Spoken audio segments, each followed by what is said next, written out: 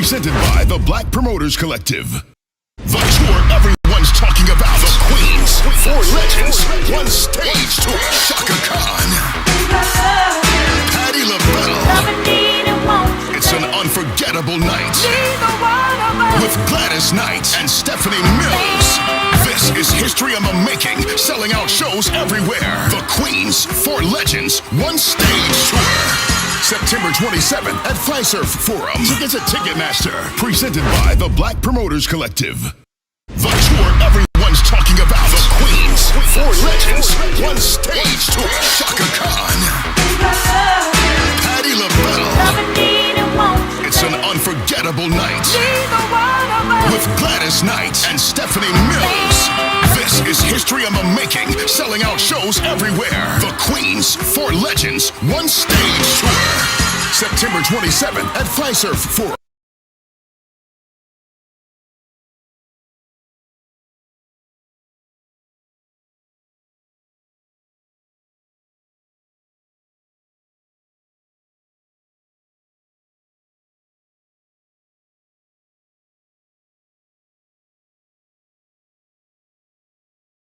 The tour everyone's talking about. The Queens, 4 legends, one stage tour. Shaka Khan, Patti LaBelle. It's an unforgettable night with Gladys Knight and Stephanie Mills. This is history in the making, selling out shows everywhere. The Queens.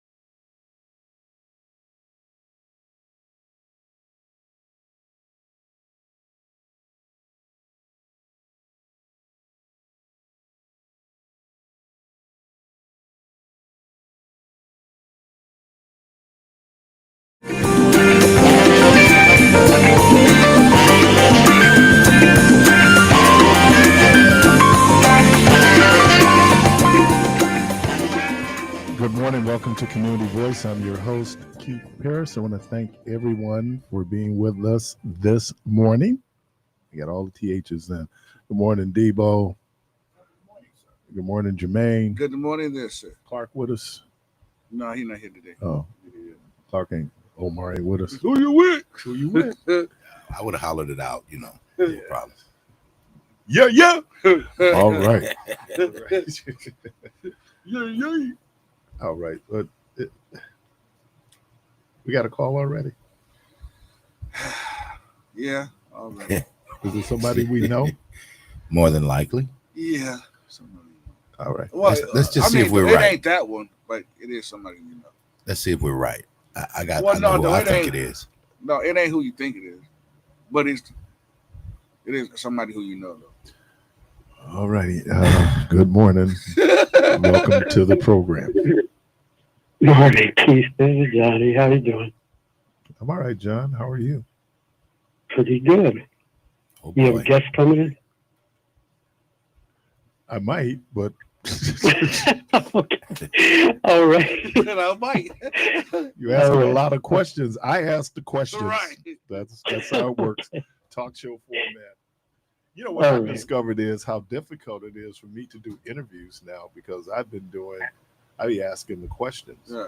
So now when people ask me the questions, it throw me off because it's like, man, I'm not kind of used to that. Oh, okay. Yes, sir. What's on your mind? What do you think of Van Jones? Crying Van Jones? Of the I don't know who scholar cries. I don't know who cries more, Van Jones or Viola Davis. I mean the scholar, the black commentator. I know who you're talking about. That's why I call him. Oh, okay. That's why I call him Crying Van. Because some come up, he just start crying like, dude, and I understand. Men, oh no, I haven't seen him do that. Okay. Men can cry, but dude, stop it, man! Stop it, man! I never seen him do that. Suck it up, Buttercup. Yeah, man. I never seen him do that. Yeah, he'll get to crying, and oh Lord, it's just like, oh okay. Again, not that men shouldn't cry. We encourage men to cry, but after a while, man, gets too much. Yeah. So I thought your philosophy would be similar to his. Do you think so? Van Jones is a progressive. I think Van Jones did a lot of work around environmental issues when he worked for the Obama administration. It was obvious, though. I was watching the interaction between him and Pete Axelrod, and it was some tension there because as Pete Axelrod, he was Obama's guy. Right. Chief of staff and domestic policy advisor. David Axelrod? David, that's what I'm talking about. David Axelrod. Pete Axelrod is the writer. And you could tell that there was tension there because the Obama administration had to let Van Jones go because of some controversial things he had said prior to him joining the administration. Okay. I think he does what he does. I listen to the commentators and they're just that. They're talking heads. Right. Yeah. So what about Mr. Jones? Attorney. Well, I saw big Prince guy. An article. He was on some kind of a Black Jewish Alliance page or something like that. Yeah. Pretty solid. And then he said something about now don't go towards Israel and all that kind of stuff. So I understood his philosophy. So it struck me how solid he was on the one side of that. And then, of course, the idea that Judaism and Zionism solid in terms of what his support for Israel? No, Jewish people in general, and distinct from Israel. And so it was pretty interesting. He was really strong on that, and it was fascinating. So then I thought about this morning when Al said, "No, the Jews, they get all this money." And notice he didn't say Zionist, he didn't say Israel. And I just thought, it's kind of funny because there's an intellectual division amongst very intellectual people like yourself, and like that's why I'm concerned because Van Jones is sort of a very cool-headed guy, very solid progressive. Like yourself, you're a solid progressive. I think you would agree. Am I correct? I don't know how solid I am, but yeah, I'm. Well, I would think that people might describe me as being progressive. I am supportive of full citizenship. I'm a supporter of full humanity. What was that last thing you said about citizenship? Full citizenship. That every American citizen has the right for full citizenship. There are, I know when it comes to issues around sexuality, it pushes up against some of the orthodoxy that I was raised with. And then at the same time, because all of us are walking contradictions, there's a certain level of libertarianism in me too, which says that you have the right to do whatever you want to do as long as you don't harm anyone else. Right. I am not for telling people how they should live their lives. What I mean by I am because I preach. But what I'm saying is in terms of what that standard is, that's up to people to decide what that best standard is for them, or that standard for them, and how they live their best lives. So yeah, I am. I'm a strong believer in government, obviously, because I have worked in government all my adult life. I've seen the benefits of government. We all enjoy the benefits of government. So yeah, you would have me, but then at the same time, that doesn't mean that government doesn't have room for improvement, because it does. Because government is for the people, by the people, right? Right. And by the people, for the people. And I think that what does that mean, and how do we fully actualize that? Yeah. So I guess I would be a little progressive. Right. That's why I compared it. I didn't mean to box you in. With Oh no, I'm not Jones. offended by it. I just, I think like a lot of us, it's like polling have shown that when it comes to certain areas, descendants of enslaved African people are, very supportive of the government programming. But then at the same time, some of those same people are social conservatives. So they don't subscribe to a woman's right to an abortion. They don't subscribe to people and same-sex relationships. Again, that was the dogma that I was brought up with. I think for me anyway, my life journey has shown that maybe some of the things that I was taught was wrong. That's okay. I think people were well-meaning, but the destructive impact that it's had on a portion of our community, cannot be underestimated. It has had real impact. And so, you mean the interference? Is that what you're talking about? The interference with the right to choose? Say that again. Do you mean the destruction from the government? Well, no, I mean in terms right of especially around issues of gender and issues of sexuality. That growing up, I know that people said that same-sex relationships were wrong according to the Bible, and they accepted that. And there's a lot that goes into it, because it's not just the Bible. It has a whole lot to do with our society and how society views queer people. And you say queer? Queer people. I'll use queer. Yeah, just your term, right. But I'm just saying I think I have grown where who you love is not my business. Right. Because I don't want you to tell me who I love. Right. And certainly I don't want you telling me how I should get down with the person that I love.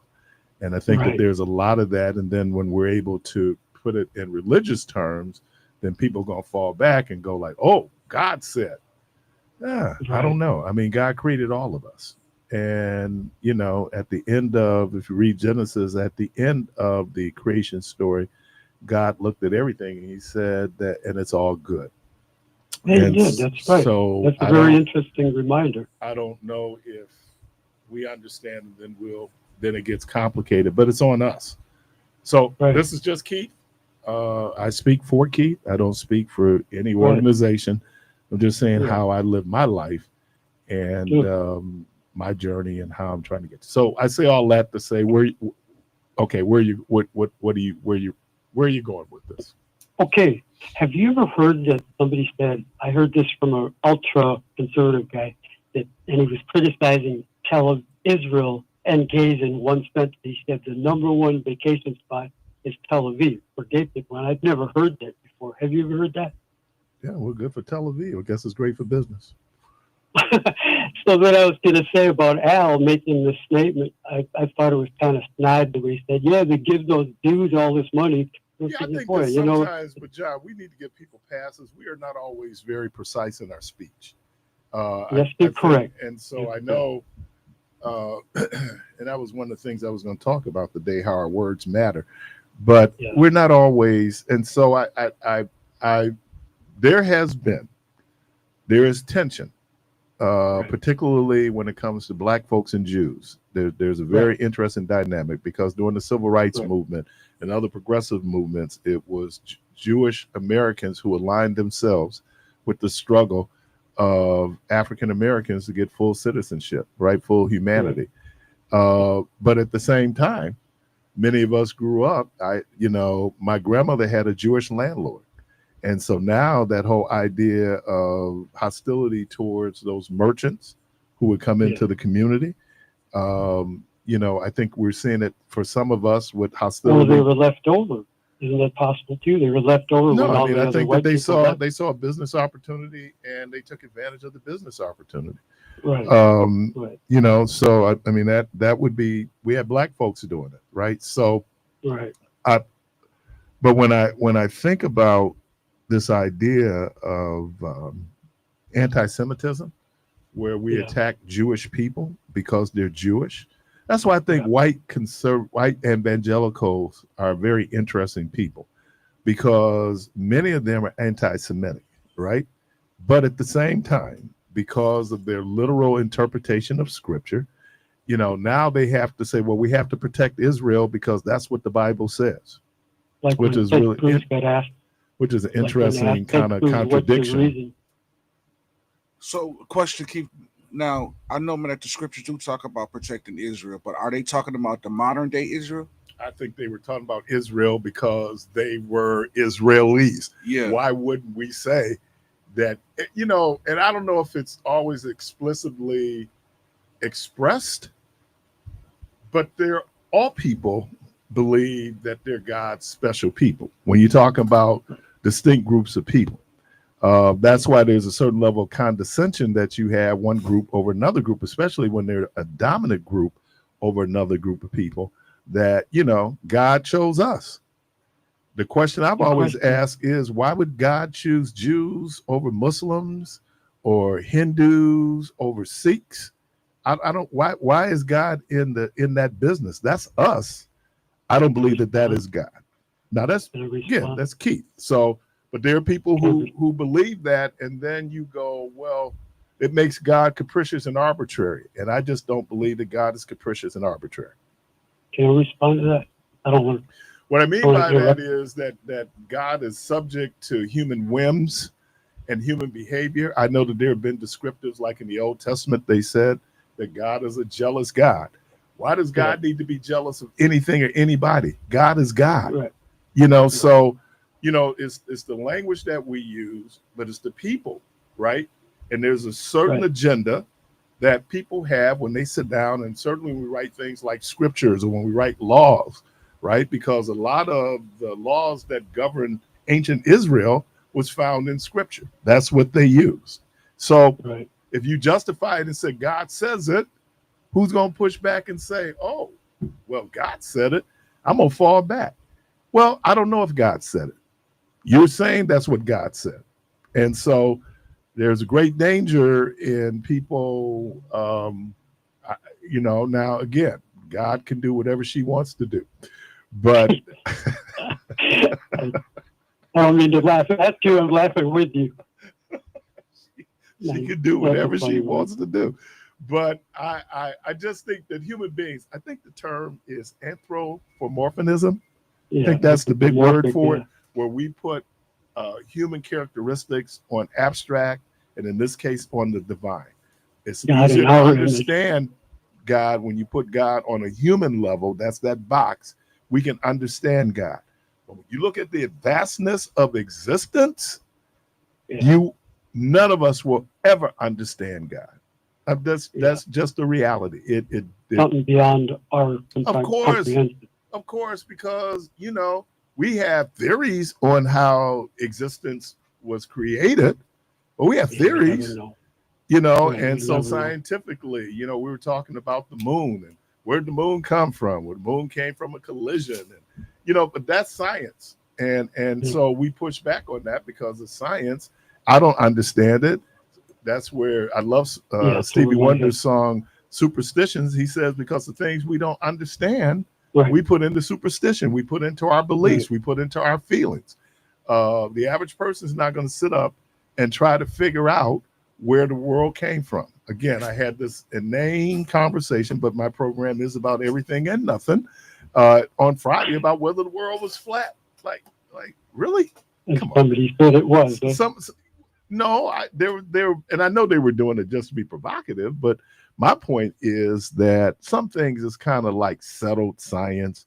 Like, because of gravity, we kind of understand that the world is not flat.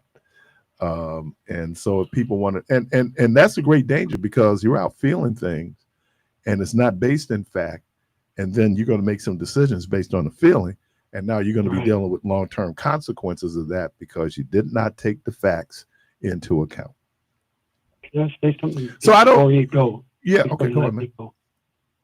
That chosen thing is a mutual choice. Plus, what does it mean? And that's what people get riled up about. Is it doesn't mean you're better. It means you chose a contract where you now become an example of what happens when you do a wrong or right. Because it was too difficult with Noah, where everybody's under Noah's law. So right there, we're all one human race from Noah's time on. But the problem with that is, then, John, aren't you limited?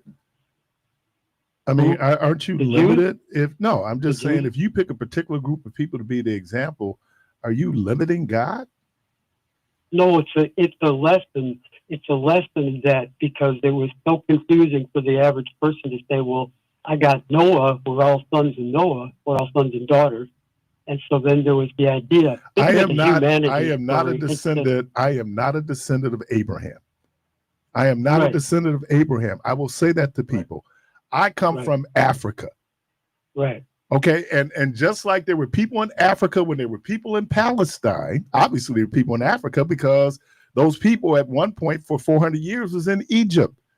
So, I'm just saying when we try to use religion to explain how we evolve as human beings. I'm not trying to do that. I'm just saying that people do. And so we argue about God choosing a particular group of people. What made them so special? Where I'm in Africa and I'm not special, or I'm in Asia and I'm not special. We don't know who the original people were. I'm not trying to make a case for Israel or Jews. They're trying to say the story itself has a logic. And they could have picked Podunkville, Kansas, and it'd still be the same story. Is that there's a story about a group of people, and when they fail to be upright, then they fail. And when they're standing upright, they succeed. That's the basic idea. And but if you read ancient philosophy, if you Plato's Republic, it's the same thing. Plato's Republic talks about what a republic looks like, and he talks about the enlightened despot. Every society has some things where in order for a society to work, you have to have rules, you have to have ethics, you have to have laws. Right. That creates chaos, right? And for some folks, because there's a level of superstition. When we say God, like for example, on the dollar bill, it says, "In God we trust." Do we? and certainly, the people who created the currency, did they? Because many of the founding fathers were deists. They weren't Christians. They accepted that. Thomas Jefferson. Yeah, they never put Jesus' name or Christ in any of the documents. Because it gets problematic, man. Catholic theology gets problematic. Protestant theology becomes problematic when now faced up against a critique of that based on, is this fact? No, it's belief. And I'm not saying, obviously, there are things. Good belief systems work. When people subscribe to the very things that their religions promote, they're better people, and then society is better. That's how it works. So if I become the embodiment of a follower of Jesus, what did Jesus teach? Right? And then do I do that? If I'm able to apply that to my life, the world becomes a better place. Right. But what we do is we go through rituals as if there's power in ritual, and there is no power in ritual. Except for meditation. I'm sorry? In a way. Except for meditation. Meditation, though, is not a ritual. Meditation is a contemplative act. It does. But you know what? I did we had some folks who came in. It was part of healing, right? And part of it is that you spend about 20, 25 minutes meditating. Right. And there were people who were pushing back. There are people who push back on yoga because they think yoga is a religion. Yoga is not a religion. No. And meditation becomes important. And even for practitioners of Judaism and practitioners of Christianity, there is, at the end of certain prayers that I do, like in our invocation prayers, I use, "Let the words of our mouths and the meditations of our hearts be acceptable in your sight." The meditations of our heart.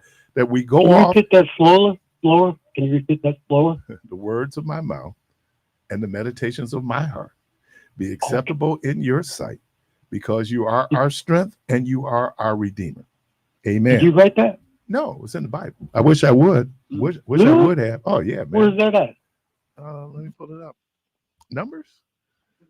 Yeah. Wow, that's even Old Testament Torah. There's 5 books of Moses. No, it's a blessing, but it was interesting. I was having boy, that scholarship fund is just people growing. always skip numbers because it's got so much, redundancy.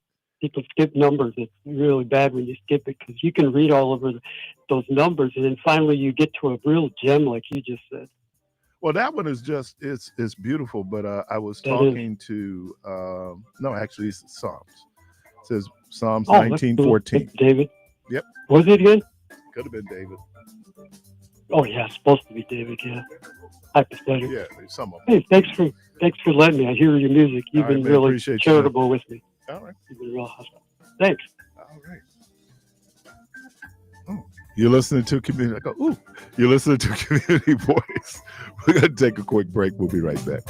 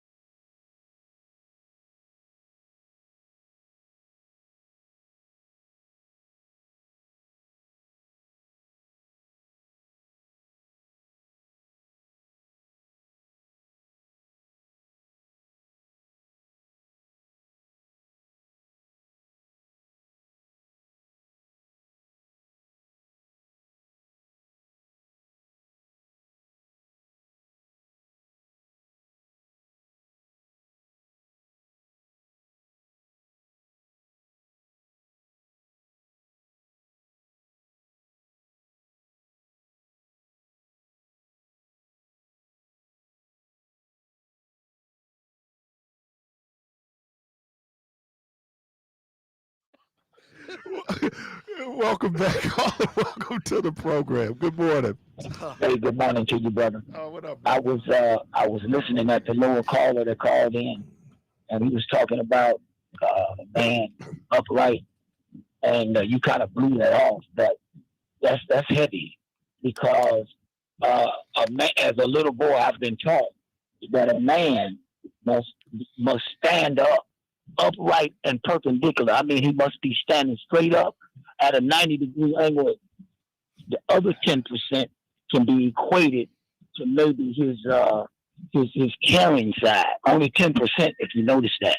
The other 90%, that's the perpendicular side to the surface. So a man must be upright. And when you're not a man, and when you've been taught that another man is not a man, then you know what? He's bent over, and you can ride him. You can ride him, and that's exactly what they do.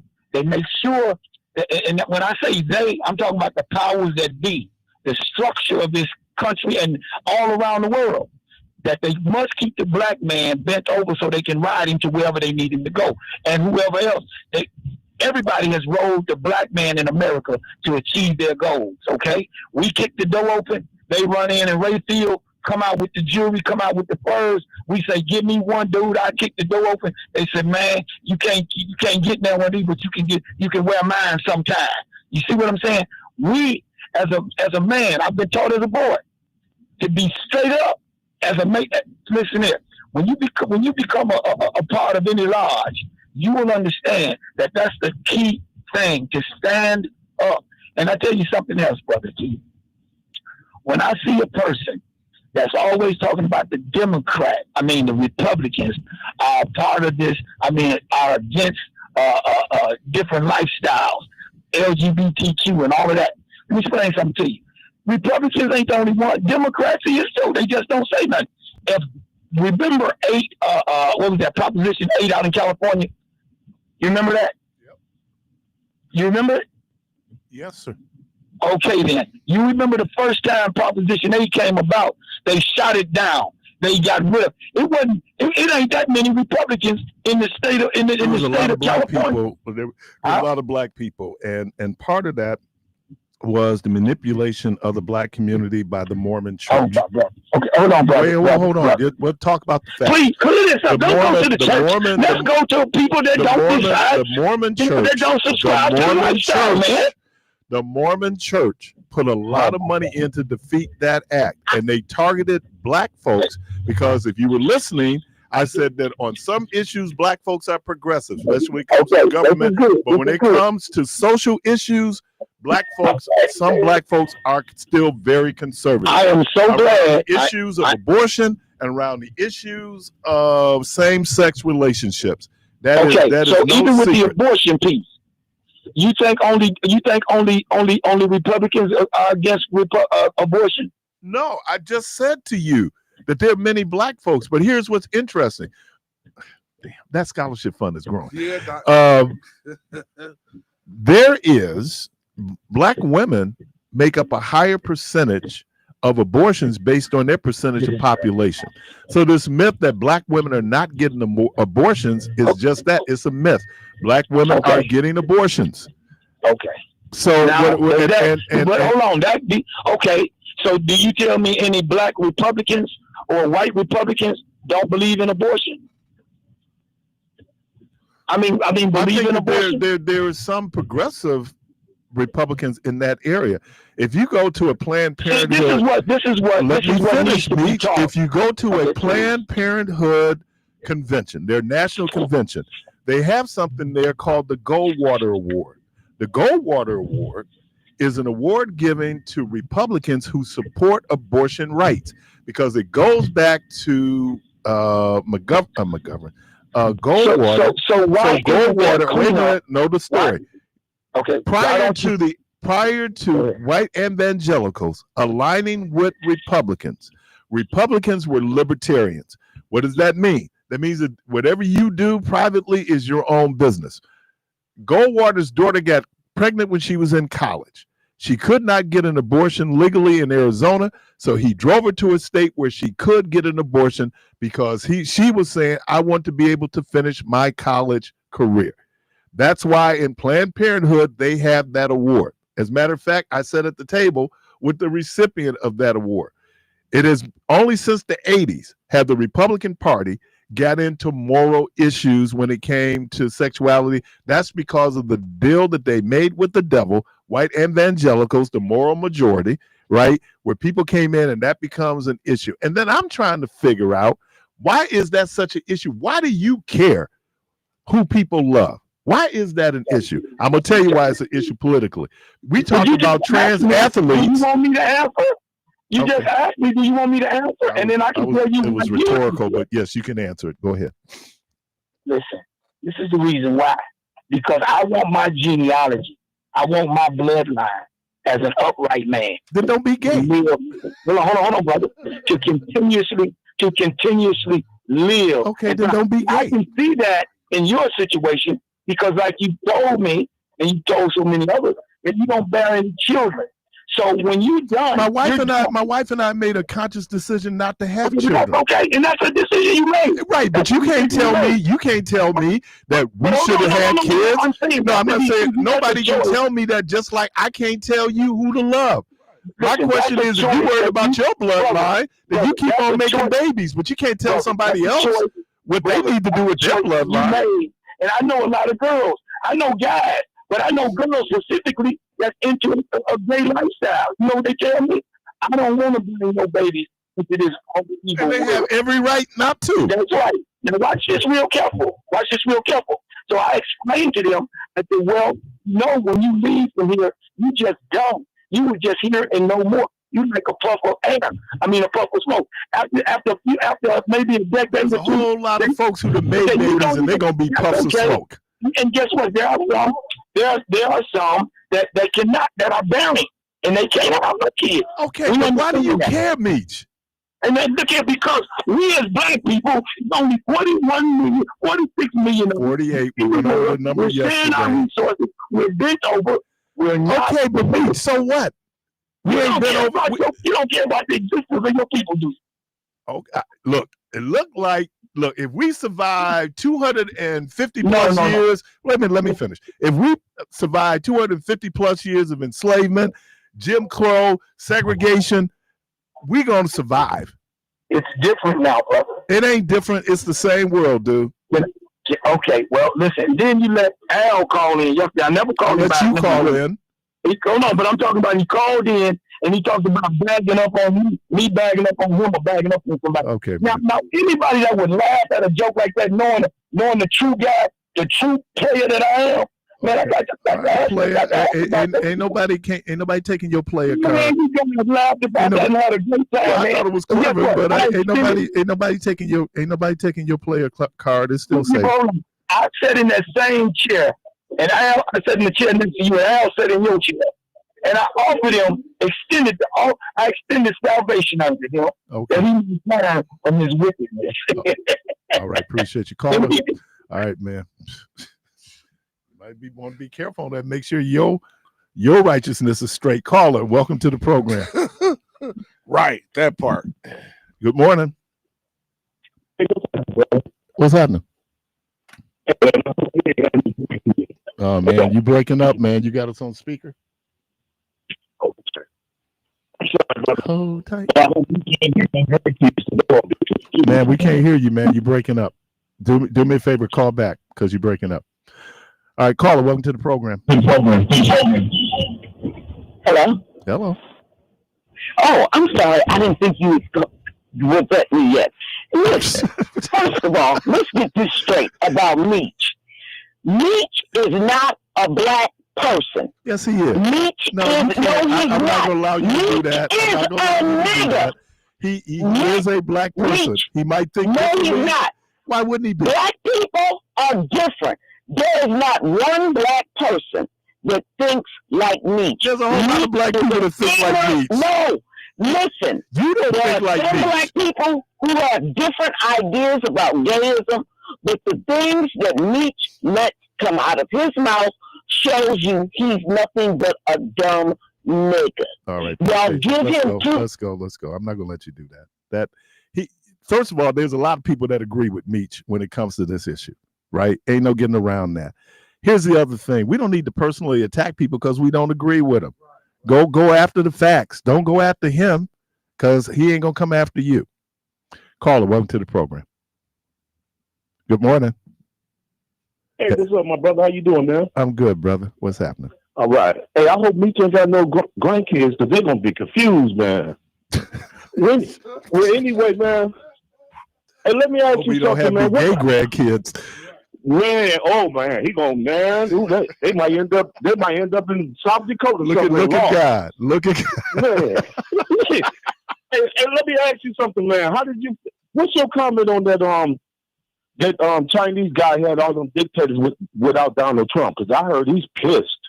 Whatever, man. You know, he kind of it makes sense because, for example, India, he just hit with a 50% tariff. You know, because they're doing business of buying oil from Russia. So they're gonna get with whom they need to get with. Michelle is right though. When Rhonda and we were in Panama, and this is probably a good 10 years ago now, we saw all the building that the Chinese were doing. The Americans had left, and the Chinese came in and filled the void. They're doing it in Africa. So he can be mad, but a lot of this is him. You know, and you go America first, but it could be America by herself. Now you got a problem because as much as you don't think you need these other folks, you really do. Hey, you know another thing, Keith? When did Russ Feingold lose his position? Was it like 10 years ago? Oh, longer than that. Well, anyway, when they interviewed his family, his wife was crying more than him. All these politicians ain't saying nothing because they don't want to lose their bennies and their perks. They kick it, man. That's why they ain't saying nothing. They don't want to go back to reality. Peace, y'all. Peace. Right, let's see. When did Russ Feingold? Oh, he went to Harvard?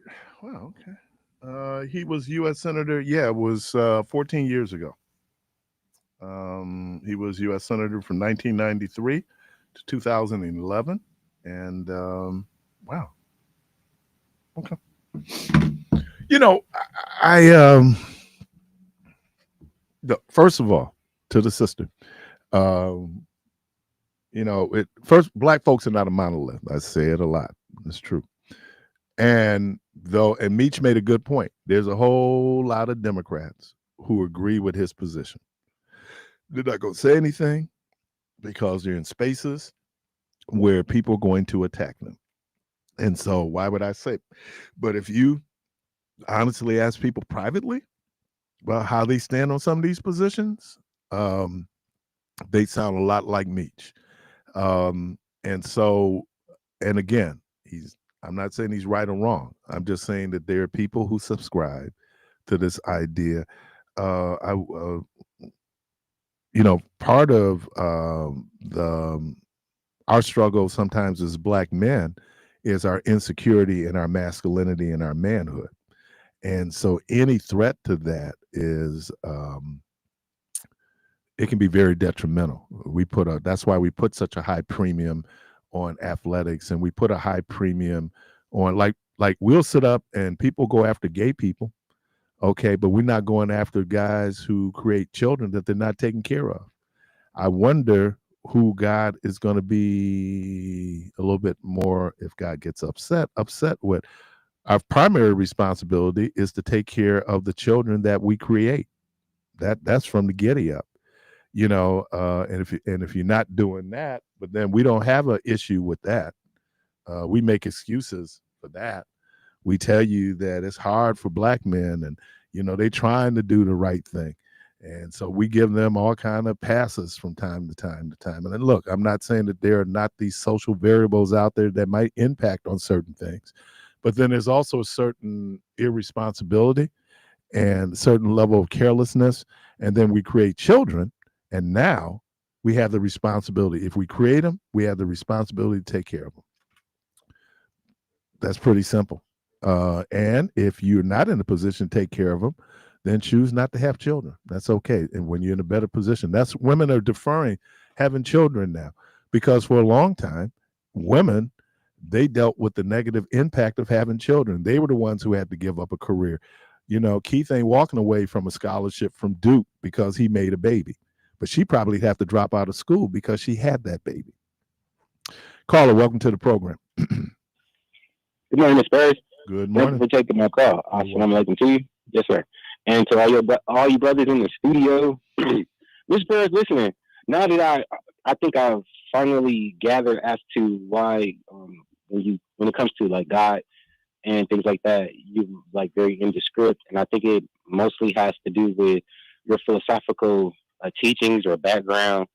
So, I mean, I understand it, and usually people with whatever it is that they're, I don't know, disciplined, they kind of view things from that perspective. Because most of the time, for me, because my background is in chemistry, I'm more analytical about mostly all things that occur that I experience or encounter. So I don't ascribe to coincidental occurrences or anything like that. Everything has purpose, reason, form, and function. And you have to determine those things to determine as to why something may have or has not taken place. So I get it now. So it's no, I understand why, God for you is sort of vague in the way that you describe God. And okay, can I say this real quickly, Christopher? God is not vague. I never said that God is vague. I said that we will never understand the nature of God because of the vastness of God. It's a V word, but it wasn't vague. It was vastness. Vastness. Yeah. Vast. The breadth, the expanse, the scope, the incalculable question in a human being's mind. And it's not so, a law points to nature to provide understanding for men who are mindful. If you view nature and look at the functioning of nature, you should be able to determine basically that there's something greater at work than your perception of what reality may or may not be. Because our people have been thoroughly robbed of even the desire to do for self, it seems like to me, that they don't even see themselves outside of what this country has constructed. You are more than an African. The place name was Asia Major and Asia Minor. That's why we are called the Asiatic black man, the maker, the owner, the cream of the planet Earth, God of the universe. And I listen to people who say that they don't know who were the first people on the planet. Everybody knows that the Aboriginal black man and black woman are the forebearers of all of humanity. The problem is that because there is a new man who's been here for 6,000 years, and the process by which he came into existence is the way by which he executes his rule. May I ask this question? Of course. Why does it matter who's the first man or woman? Because why did it matter that they've had an icon of a white Jesus? Why did that matter, Mr. Parris? It doesn't matter. The psyche of the human being. Okay, so are we doing the same thing then that Eurocentric people are doing when they say? No, we're trying to clean up what they distorted and disrupted. I think we're having a reaction to. And I was telling Byron's asked me about the book. No, Byron, it could be cause and effect. That cause could be a reaction. That cause, so the effect could be a reaction. But I'm saying it's not based in fact.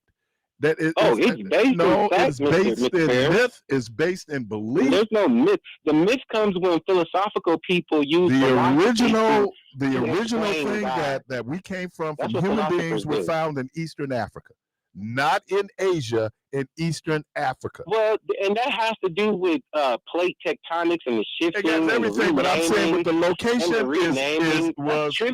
location was Eastern Africa. This idea that people came Major and Asia Minor did not derive from what we call the Semitic people. That is not based in fact. Here, Mr. Parris. That's not based in biology, fact. Mostly biology. And the way by which the white man came here is a process that he replicates in his laboratories that you all lack the breadth of understanding to accept. Have you heard of the universal land drift theory? Of course, I know what land drift is, Mr. Parris. Okay, so so if you understand that, we understand, and now good. What we look at as our species, as humans, as mammals, that's 400,000 years. That's what it took for us to get to this point. No, we are devolved. We are not evolved. The human being is not what he once was. Look at how people So that's walk. not a devolve. That's an evolve. What do you mean No, we we devolved? devolved. You went from greatness to the gutter. That's what we in the gutter now. You know, you could say that most societies had a period of greatness and then they didn't. We could talk about Mali, right? The richest man who ever I'm existed talking was about in. the Asiatic black man. No, that okay, man. I hear you, bro. But that ain't based in fact. That's a myth. But okay. You're okay, Mr. Parris, the philosopher. All right, no, I'm not being a philosopher about this. You are I'm just a saying philosopher. the anthropology does not support what you're saying. When it comes, Mr. Parris, I am sure, and I would speak this definitively with regard to science, that they would definitely fall on the scale of in my favor as opposed to some philosophizing person. Mr. Parris. Thank you.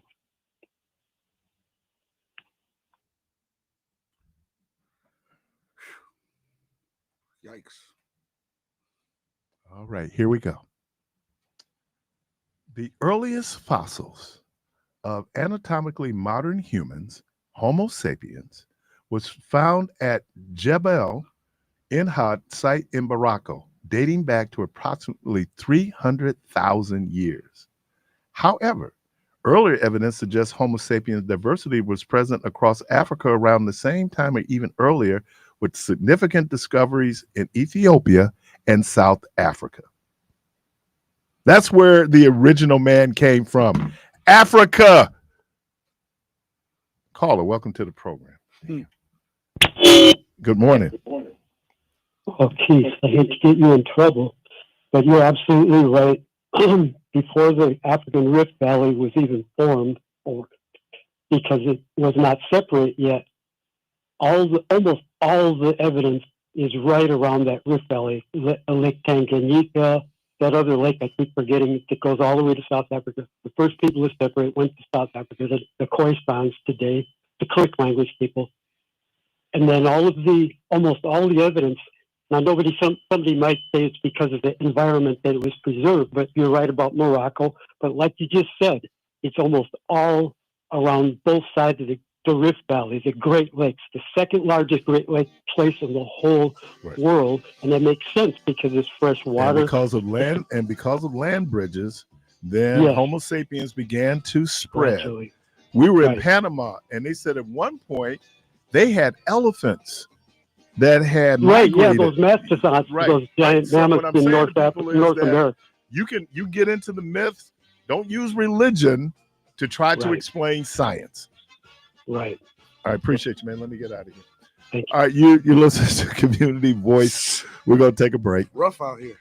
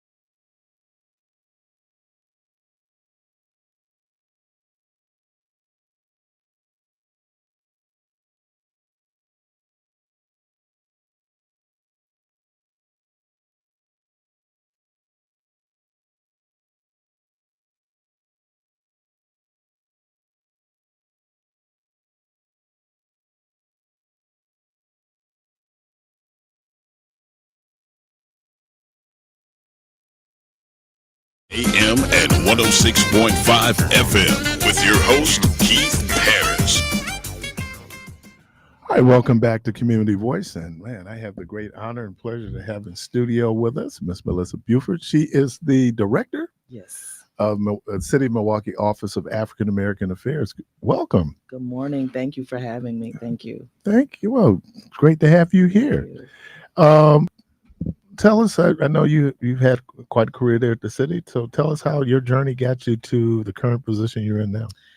So honestly, most of my years I spent with Milwaukee Public School System. So I had over 20 years with the school system, just various positions, school secretary, bookkeeper, and then ultimately teaching special education.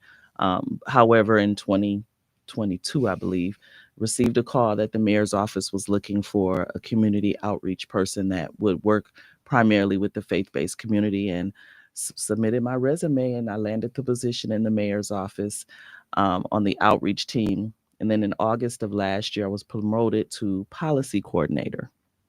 And this year, March, I was offered the position, just did a lot of community work with initiatives, public safety, youth, working with some of the Black churches on a lot of their programming. And in March of this year, I was offered the position as director over at the Office of African American Affairs, and I accepted, and I hit the ground running. We hear a lot, and there's always a certain level of confusion. Mhm.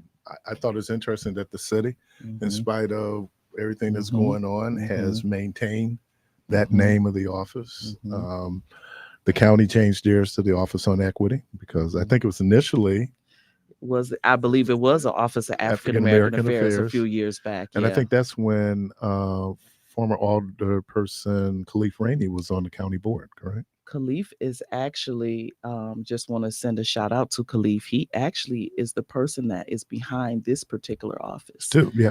He was the push for this in 2016, I believe, and created the office. And a few years later, they moved into the location they're at now on 48th and Fond du Lac Avenue.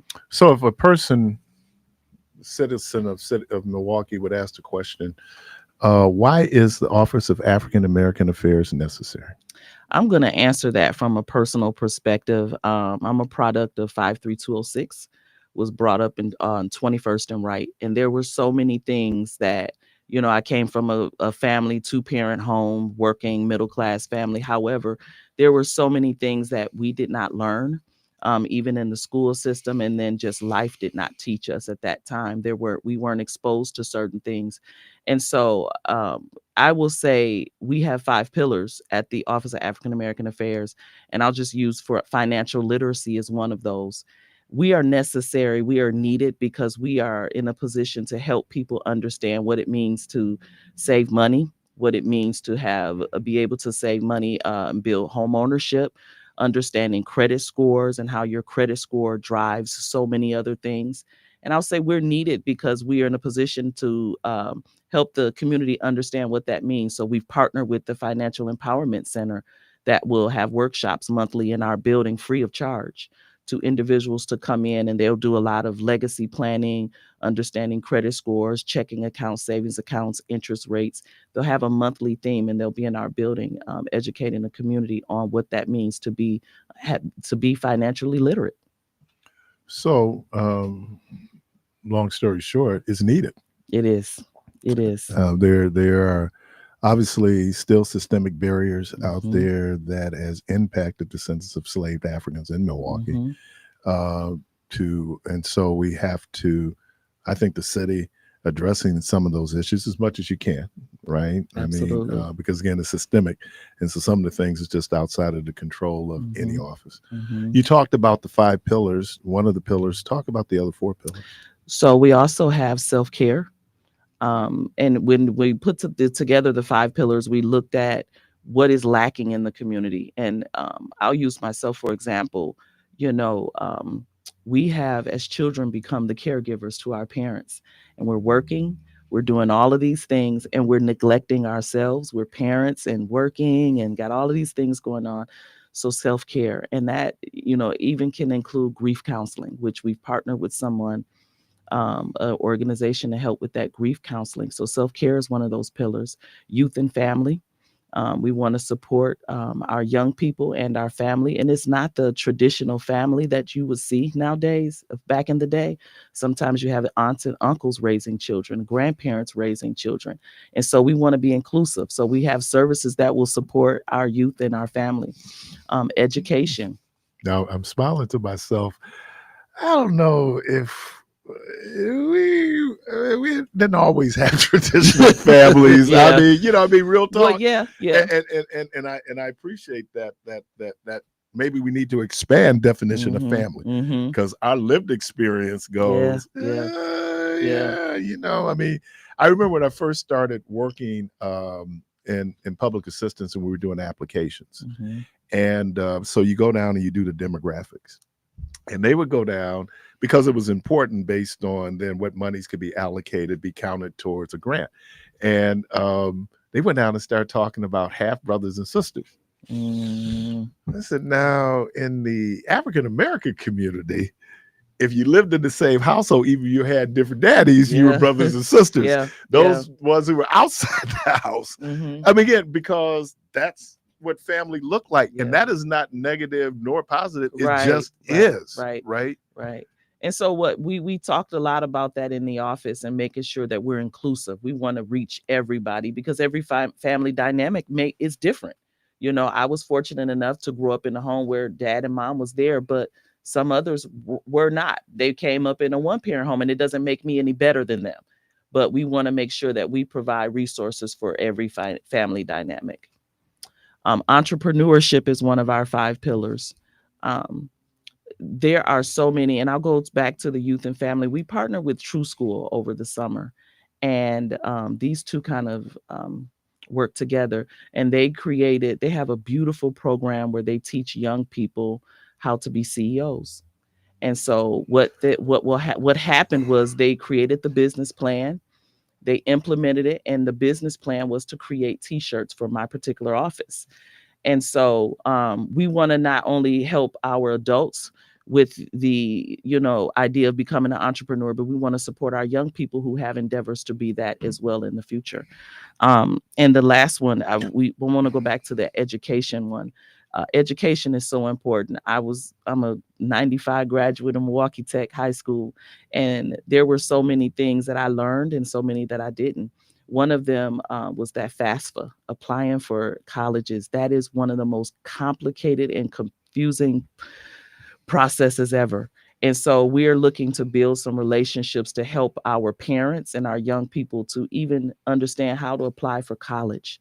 That education branches off even to, we want to educate the community about civic engagement, voting. We had a listening session this summer with the Election Commission, and we had a full house.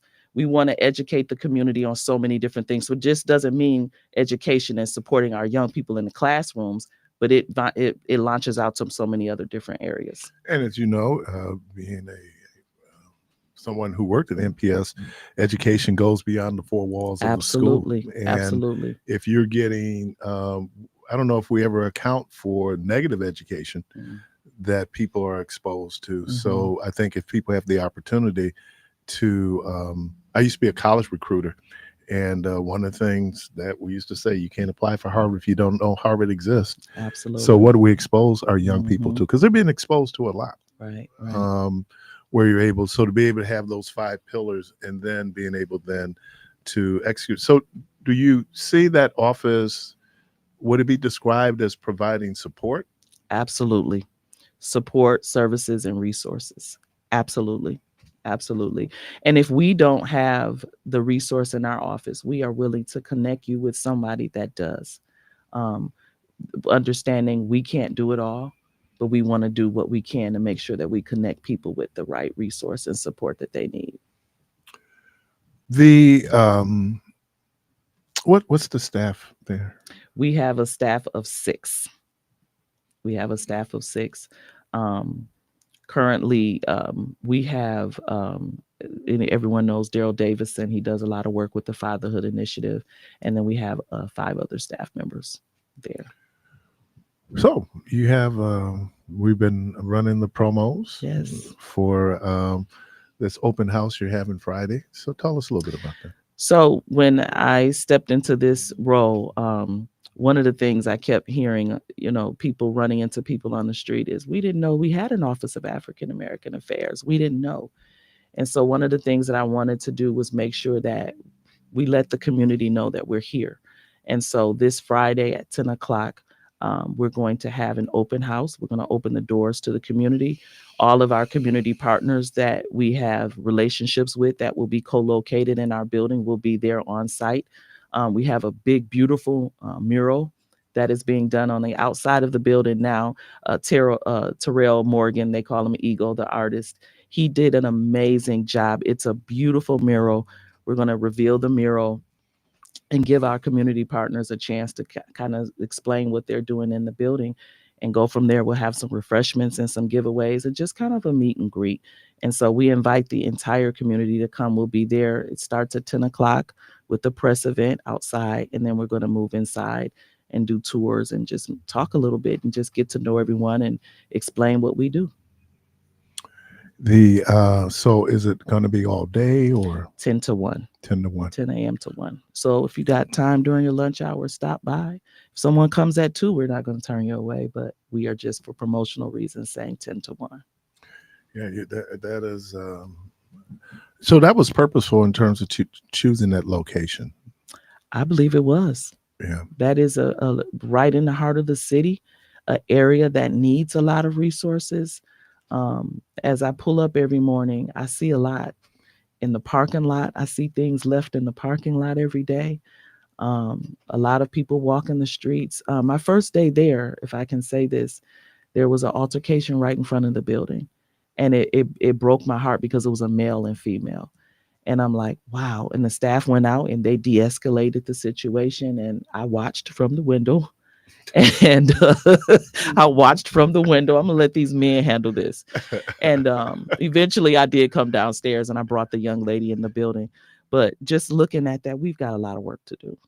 We've got a lot of work to do. And we, like I said, we can't do it all. One office can't do it all. One person can't do it all. We have to come together. And something the mayor always says is building partnerships. And I think we can do a lot together.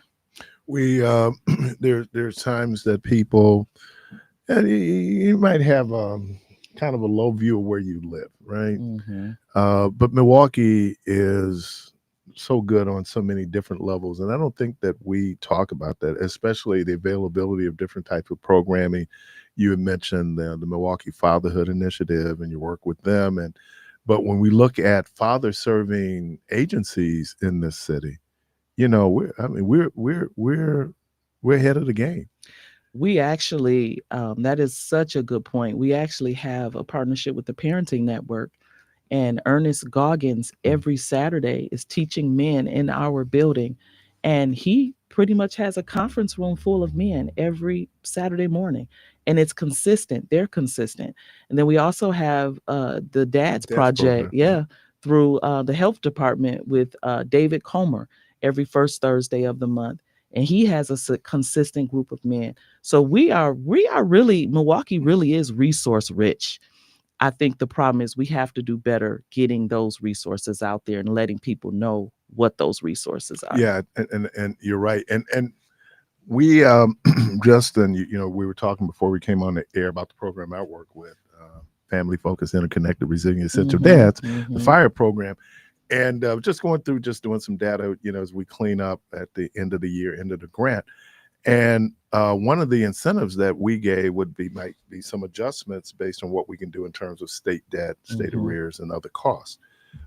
But I would venture to say that a third of the men who participated wouldn't even benefit from that.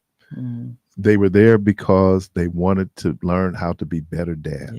Yeah. And because they always ask, we always have to, what are our success stories? I say anybody gets in the program, completes the program, that's our success story. That, that we're sitting there having those conversations. And as we become exposed to more, we understand, for example, that none of us are born parents. Right. Parenting is a learned behavior. And all those environmental stimuluses that go into, like you were talking about, remember one time I was early on in my marriage and I was catching it. And I said, you know, I never saw like a husband in the home, right? Never had that, right? So I'm learning on the fly on this is how you need to do. And so I feel the same way with people, especially men, being parents. If they didn't see that positive male parenting presence in the home, learning then how to be that. Right. And so that's one reason why I'm so appreciative of what we have going. I will say this, the men that come through those programs that are in our office, they want to be there. And in many cases, they're there before the instructors. And so there's a need, but there's also a want. They want it and they need it. And I think they recognize both. And I think, you know, philosophically, what you have in terms of dealing with father serving programs is that there's not condemnation. We don't use terms like deadbeat dad. Right. You know, the term is you're a dad. You can always be better. All of us can be better, whatever we're doing.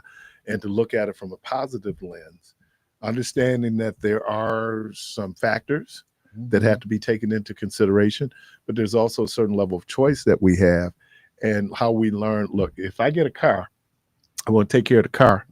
I go and learn how to take care of the car. Right. You know, Right. So I think too is helping them overcome some of the barriers from being a father. And some of the men that I've encountered, they have records and they have custody issues. And so one of the other partners in our office is Doyle Sproor. He's going to be doing classes on expungement and pardons and helping these men overcome their past. We have, with the Fatherhood Summit coming up November 1st, we're going to definitely talk about co-parenting and knowing your rights as a father, which is really important. A lot of men, they give up because they don't want to go to court, but you have a right as a father to be in your child's life. And so those are some of the things we're working on too. Yeah, what the guy said, don't give up so easily. Yeah. And be able to have that. I do know Alfonso Pettis has done this thing where he talked about how do we co-parent without, how do we co-parent and not cohabitate. Right. And that's a challenge because in many instances that becomes, and you just talked about that, where there's still emotions. Oh yeah. You know, I mean, yeah. you know, we were sitting up here talked about Gladys and I, neither one of us want to be the first to say goodbye, but when we say goodbye, it ain't like we smiling, you know, it's tough, but to be able to navigate that, I think is real important. And then just kind of get back on that piece about the whole financial literacy, you know, how you handle money. Oh yeah. I mean, I think I was looking at my mom and I was going like, she was a good little money manager. Because, you know, when I look at, I made 3-4 times what she made and never managed my money like she managed hers, right? So you hear how you make $1 out of 15 cents. Oh yeah. But even going further than that, you know, setting our children up for success. You know, I know so many people who, and it's somewhat embarrassing, you know, that came from families where the parent put a utility bill in their name as a teenager or put some other bill in their name or a credit card. And it kind of messed them up. You know, it kind of, you know, set them behind when they turned 18 and they had to dig themselves out of the hole. Let's change that. Let's set our children up for success rather than putting them behind. And so I want to make sure we're capturing all of that, you know, not just for our adults, but for our young people as well, teaching them, you know, as my son, he's 16. He understands money. You know, he has his checking account, but we oversee it. We, you know, he doesn't just have access to just use his card for DoorDash. We're helping him understand how to manage his money. I wonder when I was that age, if I had access to DoorDash, I mean, it would be like, you know, I mean, try to make it, but yeah, I mean, I think you put folks in, and I like that when we say we position our young people for success. There's a proverb that says that a good man leaves an inheritance for his children's children. And I know we get so caught up in the immediate, but children, you know, what are we investing in? And then what does that look like long term? Right. So I will say the Financial Empowerment Center in March of next year, they're going to do a workshop on legacy planning. And they're going to talk about that very thing. Yeah, because one day you look up and you old. Just like, it seemed like I just graduated high school yesterday. Yeah, when you said that, I was kind of going like, wow, we graduated high school in the 20th century. When you think about Class of 95. Yeah, class of 95. Yeah. Was it Bradley Tech then? It was Milwaukee Trade and Tech then. Okay. Milwaukee Trade and Technical High School then. Yes. The first group of women who went into Boys Tech. Oh, yeah. And but they all, well, obviously they all had something in common. Very smart, as most of the kids were at Tech. I wasn't smart enough to get in Tech. Oh, wow. I was just this real talk. I just wasn't. And so, but to be able to talk about that and just see how we've evolved, but certainly being able to have those things. So again, the open house will be this Friday, September 5th, 4830 West Fond du Lac Avenue, 10 to 1 o'clock. I would encourage everyone to come at 10 so they can see this beautiful mural reveal that we've been working on and meet some of our partners. Mayor Johnson will be there and have opportunity to meet me as well.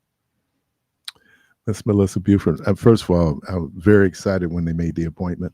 Thank you. Thank you. I've seen your work. Thank you. And so I just think it's a great choice to lead that. Not that it matters what I think, but it's a great choice to lead that office. So we appreciate you again. That open house will be Friday at 10 a.m. The address is 4830 West Fond du Lac Avenue. Yes. All right. Appreciate it. Thank you. All right. You're listening to Community Voice. We're going to take a break and we'll be right back.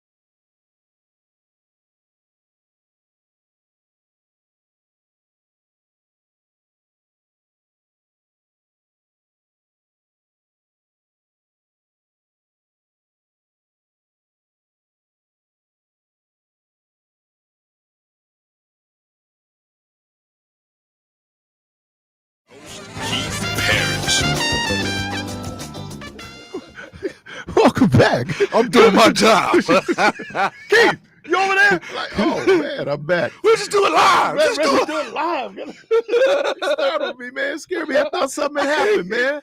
Dude, how you hit the jump? floor, man? You go like Keith. Oh man. That cat jumped like somebody behind me. I sure did, man.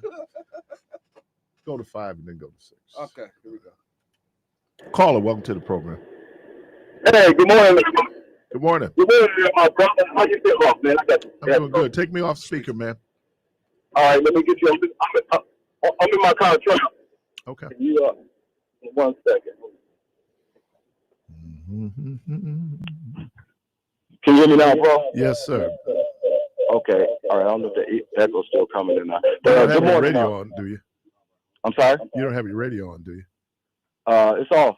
Can you hear Okay. me now? Yeah, that's better. A lot better. Yeah. Okay. Okay. Hold on, my brother. Hold on. I'm sorry.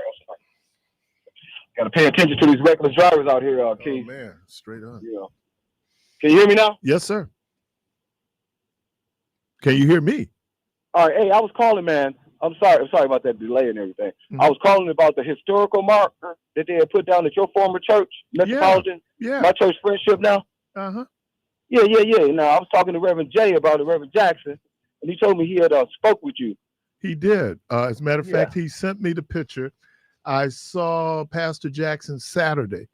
And I did one thing I did. I passed that on to our archivist at Metropolitan Church. So she has that.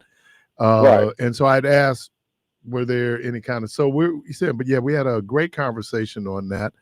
And just so people know what we're talking about, back in 1967, and today is actually the anniversary, because it was September the 3rd. There was the first mass meeting at a black church for the 200 days marching that they did for open housing. And it was at 905 West North Avenue, the old Metropolitan Church. And so I appreciate him and the Wisconsin Historical Society because I didn't know that. I would have been 10. I didn't know that. So yeah, it was just placed. I don't know the exact date, but it hasn't been there that long. I looked at it after service this past Sunday, and it's beautiful, man. Yeah, and the irony was that then I think 6 months later we had moved to our new location. Right. And Dr. Kelly was very supportive of the civil rights movement. He was a colleague of Dr. King. We went into 1345 West Burleigh, April of 1968.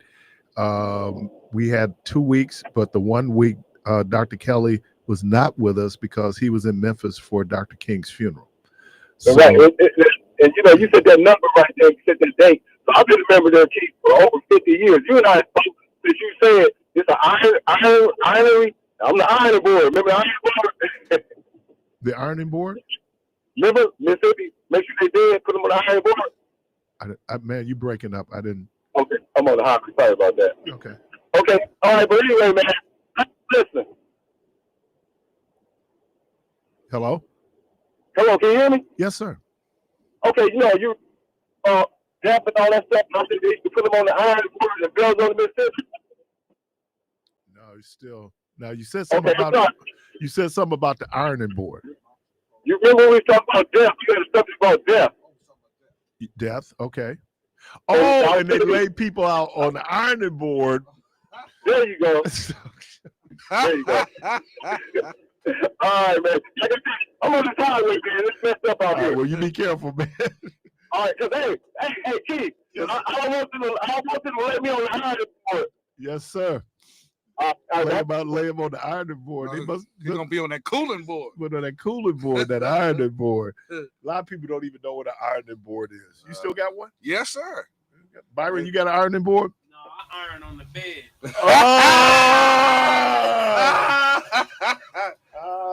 Yeah, man. When I was in college, man, I used to iron on the desk. On the desk, I put it on the desk, man, lay a towel down there. Yeah. Because, you know, we're still creasing G's, you know, man. But on the bed, that's kind of hard, though, man. Yeah, Doc, that's a hard one right there. But, you know, I got a steamer now. I got a steamer. Really? Yeah. So. Oh, yeah. Well, you can. So you can actually hang it up and then just do the steamer, or do what my wife does. Just go in the bathroom, close all the windows, close the door, and turn the shower on, get it all steamy. That'll knock wrinkles out too. Yeah, sure will. I was at the Walgreens over in Wauwatosa on State Street, and I was looking for spray starch. And this young lady, they do. And this young lady was going like, "What's that?" Because now everything is wrinkle free. Yeah. But and I don't starch my jeans. I don't even press my jeans. Hey, you know how we used to press jeans though back in the day? How? Okay. You take your mattress off, lay the jeans down, and then put the mattress back on the box spring and sleep on them. Really? Yep. Nah, I never knew that. Yep. So hey, man, you gotta make $1 out of 15 cents, man. And that's making $1 out of 15 right there. You gotta make it happen, man. Jeez, I never knew that one. Yeah. Now there's still the cleaners I go to. I see old school up in there because dudes still sitting them up there getting them creased. Oh man, I'm talking about you could shave. Doc, I went to the cleaners, and it was this old school cat. I knew he was old school because he had on some penny loafers, but. This cat pants. Did he have the pennies in? Yeah, he had the pennies on with the jeans. So it's almost like that cat can step up out of his jeans. His jeans be standing up by themselves. Now, you're not supposed to crease jeans with penny loafers. No, man. You look crazy. You're supposed to crease them or just have them just with all that starch. When you was coming along? Oh, yeah. I remember those creases, but I never liked having crease in my jeans. Now, if I had on like some Docksiders and some khakis, you know what I mean. Then that whole preppy look. Then you would dress up like that. I was coming out of college when the Georgetown prep look was in. Oh yeah. So you have on a polo shirt, and then you have a button-down shirt on top of the polo shirt. Yeah. I could do that then because I didn't have no weight. Oh, well, yeah. Got weight now, man. Can't be wearing full shirts. Do they still make and sell Docksiders? Oh, yeah. Really? Oh, yeah. And I used look. This is how legit I was. I used to wear Bass Weegems. Now, those are those penny loafers, the original penny loafers. Oh, okay. And that was an all-leather shoe. So the problem with the Bass Weegeon was it wouldn't take long for you to start doing, what do you call it when you run the heels over, like runovers? Oh, yeah. Man, because you just wear all that. And then they get to pointing up to the heavens. Oh, yeah. The curl. Yeah. You get all curly on you, man. Well, that's why you need good shoe trees. I put my shoes in shoe trees and stretch them out and, let them. In shoe trees? Yeah. Those things you put in. Oh, yeah. I never knew they was called shoe trees. Yeah, I even put them in my sneakers. Yeah, because it absorbs. Yeah, and then it keeps it firm, too. Right, and then the cedar is absorbing all of that. I got to throw some sneakers in the machine. Oh, man, because I put such a premium in my shoe game. Oh, yeah. I got to let me shout out my boy Alex Brown because, he keep hooked up, man. Well, yeah, with your shoe game, man, that actually speaks a lot about you. And I was listening to Southern Hospitality yesterday, and is that Ludacris? Ludacris, yeah. And he was talking about I was throwing them bows, but he was throwing them bows. But he was talking about like women open toe shoes. So I wonder. Who do women buy shoes for? Do they buy shoes for men? Men. Or do they buy shoes for themselves? Well, I think women buy shoes for men too, because that's the reason why they go and get their hands and feet done, because that's the stuff that they show. People have foot fetishes. Yeah, so it's like when you see a person that's taking care of their feet and nails, that speaks a lot. But it says a lot about those shoes too. Yeah, and now let me say this, JT. I love all African people all over the world. Do I need to say it again? All right. Because I love all African people all over the world. Now, certain feet Ah! were not created for certain shoes. Yeah, Jack. When the dude was talking about this one woman, she had on some shoes, looked like she was baking bread because she had kicking rocks, right? Yeah. Ashy, all but I do know that women, for a lot of women, the first thing they look at is your shoes. First thing, yeah, because it speaks a lot about because who we you all are. And they said a lot of that fetish was developed because we be at the feet of our moms. Yeah. And so, but I'm just curious. Caller, welcome to the program. Good morning, guys. Good morning. I just want to comment on something about women's shoes and clothing. Mm-hmm. You have to take us off speaker, dear. Hello? I'm here. There you go. That's better. Women doesn't do anything for men. They do it for other women. Woo. They dress for other women. They shoes for other women. Not for you guys. Really? Really. Ask any other woman. So you when she gets dressed for another woman. So she doesn't care what the guy thinks. It's what the other. So wait a minute. So you mean to tell me all of these times that I've been looking at the feet and thinking it was for me? It wasn't for me? Absolutely. Oh no, wow. You just changed the game. Oh. It's over. That's right. It's over. She's gonna have to wear socks for now. I can tell you though. I can tell you what Rhonda was wearing, the shoes she was wearing, because actually Rhonda was wearing a pair of boots. Mm. And I remember the boots because they were like these long boots. Mm. And I'll never forget. There's another young lady, my sophomore year in college. I'll never forget. She had these small little, almost like beige pumps on. Yeah. I mean, perfectly matched the outfit that she was wearing. But yeah, I mean, all these years, she just broke my heart. These years, I thought that they were doing the shoes for us. So, wait, stilettos too? Yeah, because our show was about to say, I love a woman in stiletto heels, and you can see those two toes that's crunched up at the front that's poking out. Then they got the wrong size on. They got the wrong size on.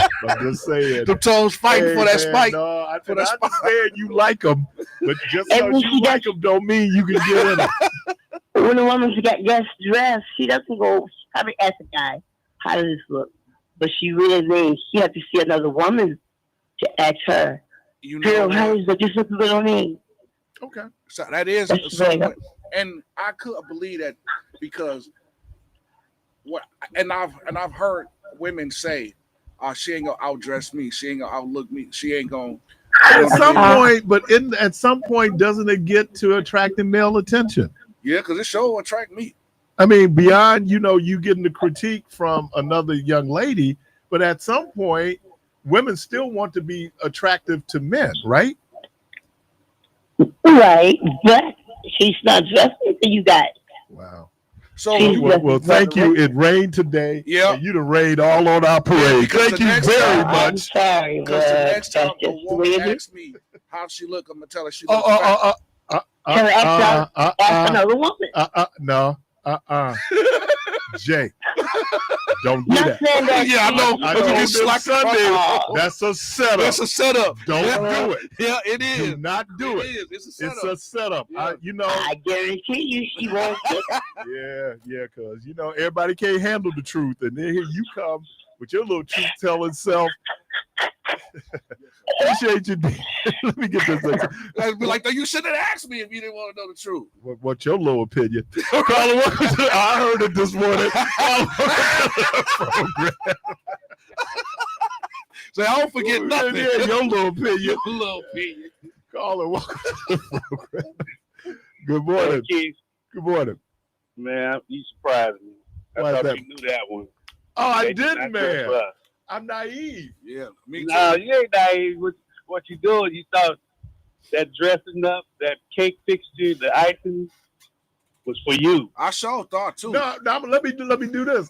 Now I might have thought it was somebody else other than me, but I never thought. Who you getting dressed for? Right. Where you going? You ain't never dressed like this before. Why you dressed like this? Look at all. Where you going? I told you, man, your woman don't get fined till somebody else pay attention to it. Yeah. Then she to fight every day. I gotta prove my love. gotta fight. Prove my love. So man, so you knew this all along. Is that what you telling Right. me? Oh, Right. wow. My wife, she dresses, and she don't even expect my comment, because I know why she dressed like that. So the women, when they walk into a room, they're not watching us; they're watching her. Wait, so I have a question. So when a woman dress sexy, they're dressing for other women? No. They're dressing the way they feel. They're expressing their feelings, really. Okay. And women tune in on it, not us. We think that, she dressing sexy. Dude. Really, she just dressed her body. She's dressing her body up. Dude. Are you speculating? Are you speculating? Are you doing some speculating? My wife's been dressing like this. We've been married over 30 years. So I know when it's time for her to get dressed, my comment don't matter. Because I know what the women are going to say about the way she dressed. Well, because of her body. See, but they really look at each other's body and who has the less material. Showing less of their body is what they're looking at. So but if you just got competition thing. Okay. I say, so is it a competition? I know thing? One Sunday, Rhonda put something on. I never ever say anything about what she wears. Right? Never, ever. Right. That's why I've been married 30 years. I learned that early on. Learn how to be quiet. Yeah. But this Sunday, I'm like, you ain't wearing that to church. I say that. Say no. Now I'm gonna catch a case. So somebody gonna say something. And we had this old usher. Oh man, I ain't gonna call his name. This old usher, he purposely sat on the row. So when Rhonda walked around for offering, he could get talking slick to her. Oh man, he be talking slick to her. And I said, you know what? When they asked me why I'm up here in Walpond, I said, man, take this dude out and beat him with his walker. I'll post your bill. Yeah, man. I got 5 on every Sunday. And wait a minute. And she's complicit in this too. Because she probably did. She'd like it. She did a Nate Luckett. She slowed down. she slowed down right when she got right to that pew. She slowed down. Did the presidential wave? Right, did the wave, the whole thing. That's the way when they come in. I'm like, dude, I ain't gonna. I had no compunctions on jumping on you because you old. Come on, man. No problem at all. No problem at all, man. Yeah, get your case. Yeah, she wasn't wearing that. I was like, I don't know what she was feeling that Sunday. I guess, brother, because you say they be expressing their feelings, but I was kind of going like, oh wait, oh no. Or maybe she was sending a message to you instead of telling you. She was sending a message in the bottle. Oh, see now. There you go. If I'm not here tomorrow, what you wear that for? If I'm not here tomorrow, and you putting up T-shirts, free keys, it's because of just what Jermaine just said. Got the window, found the deacon and beat him up. Wait a minute, and I love how brothers handle this. Excuse me. Right. Can we step out? Can we talk for just a moment? Never raise your voice, right? Yeah. Can you furniture moving? Like, hey, let me holler at you for a minute. So let because Orange Juice, he never raised his voice at all. He just laid it out.